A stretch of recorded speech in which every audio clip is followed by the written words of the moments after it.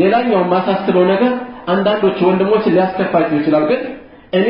በንጹህ ሁኔታ እስካነሳው ድረስ ቢከፋቸውም ማነሳው ተቆርቁሬ ስለሆነ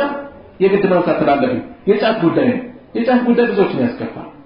ጫቱ ላይ ያለ ሰው ይከፋበታል ይሄ መሆን የለበትም በጭራሽ መከፋት የለብንም ለምን እንከፋለን በቃ አላህ ያንሳልን ለጊዜው ተቸግር ያለው እንደዛ በሉ والله እዚህ ደረጃ መድረስ ለኸይር ነው አላህ ያንሳልን ዱዓ አድርጉልኝ እኔም ሰበብ አደርሳለሁ ልጆች እንዳትጠቀሙ ተጠንቀቁ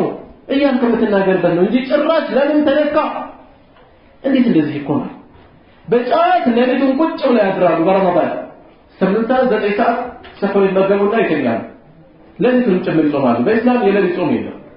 ቢጾሙ ቀን ነው አይደል 8 ሰዓት ይበላና ይተኛል ከዛ ፈጅር አይሰገድ አንዳንዱ ዙህር ላይ ይሰግድ አንድ ፍጡር ያሳልፋል ሃይበርኔሽን ተኝቶ ያሳልፋል አንድ ፍጡር ከሁሉም ነገር በዚህ ምንድን ነው ያለው ስለዚህ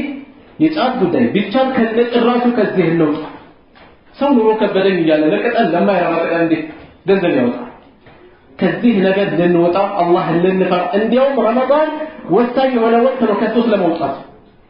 ከሶስት ለመውጣት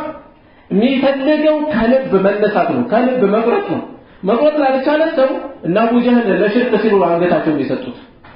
ለቆሻሻ ነገር አንገት ይሰጡ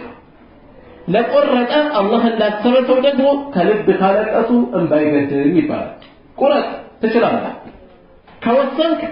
አላህ ያግዝሃል ዱዓ አድርግበት ሰበብ ማድረስ መማከር ያለበት ካንዳማከር መውጣት ትችላለህ ከዚህ